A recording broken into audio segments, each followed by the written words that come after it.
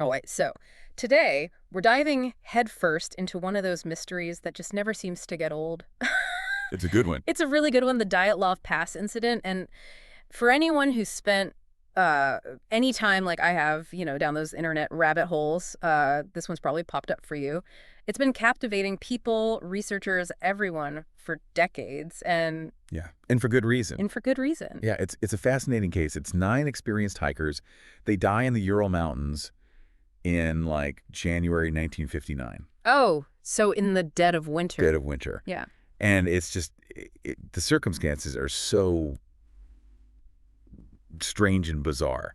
It's not just a case of some hikers getting lost and freezing to death. Like, there's a lot more to this. Yeah, and I mean, right away, one of the most fascinating things for me is you've got a group of 10, right? Yeah. And they're led by this guy, Igor Dyatlov, who, from everything we know, was incredibly capable in the outdoors. Seems like it, yeah. And they set out on this winter trek. It should have been challenging, but totally manageable for them.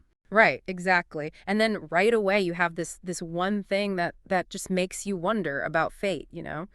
One of the hikers, Yuri Yudin, has to turn back. Oh, right. Illness forces him to, and he ends up being the only survivor.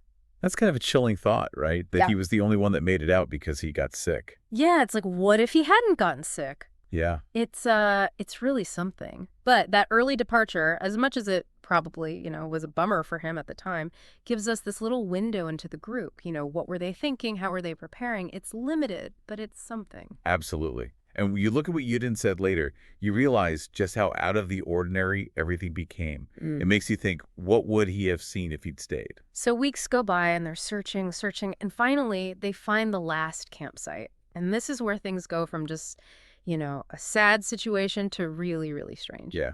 They find the tent ripped open From the inside. from the inside. What does that tell you? I mean, that's the first big red flag, right? Like, they didn't just decide to pack up and leave in the middle of the night. Right. They tore their way out of that tent for a reason.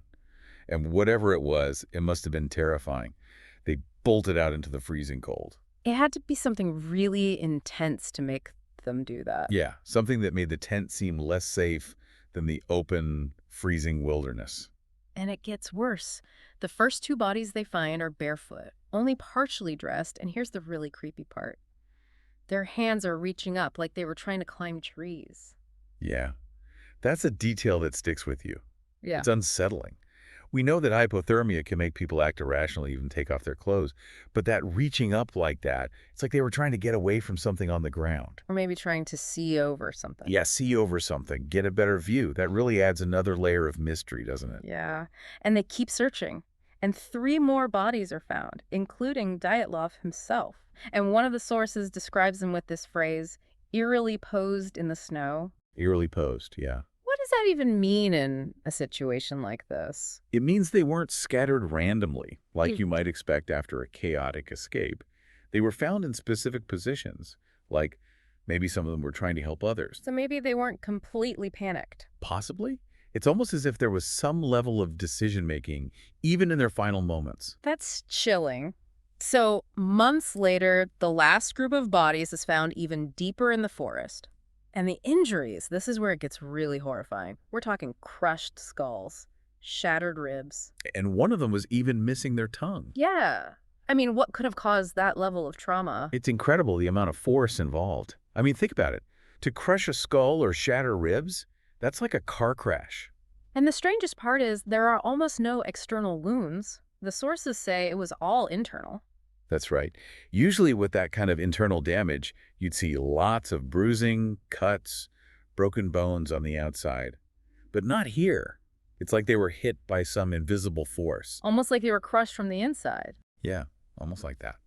And then, on top of all of this, they find traces of radiation on their clothing. That's the real curveball, isn't it? Yeah. I mean, suddenly you have to start thinking about things like contamination, maybe even some kind of military Yeah, activity. the Cold War was happening. Exactly. Who knows what was going on in the Ural Mountains back then? But it's hard to connect that with everything else going on.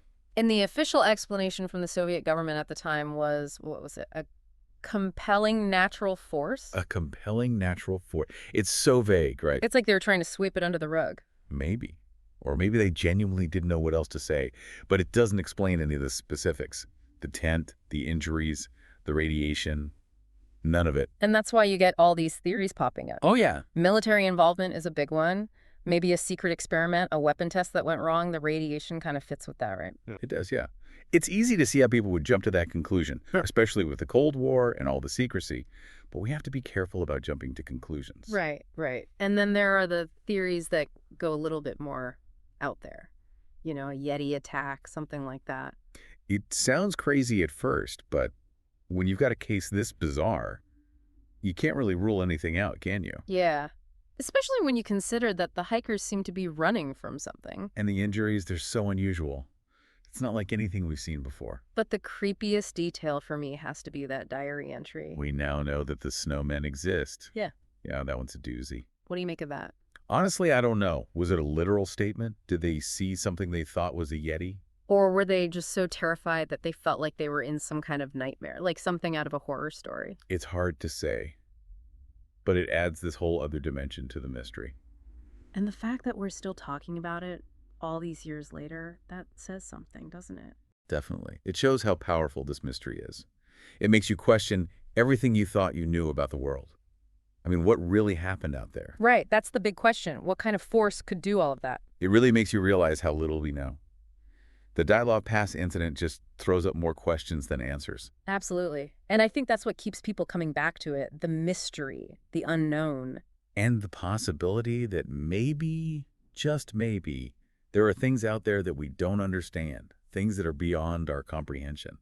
That's a chilling thought. And I guess that brings us to our listeners. What stands out to you about the Dyatlov Pass incident? What do you find most plausible, given everything we've talked about? Do you think it was a natural event, even though it was so strange? Was it something connected to human activity? Or could it have been something else, maybe? Something we don't even have a name for? The Dyatlov Pass incident challenges us to think outside the box. It forces us to confront the limits of our knowledge and the sheer vastness of the unknown. And sometimes that's the scariest thought of all. I think you're right about that. Yeah.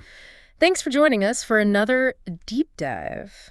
We'll be back soon with another look at some of the world's most fascinating and mysterious events. Until then, keep questioning everything. Yeah. And maybe sleep with the lights on. Yeah. Just in case.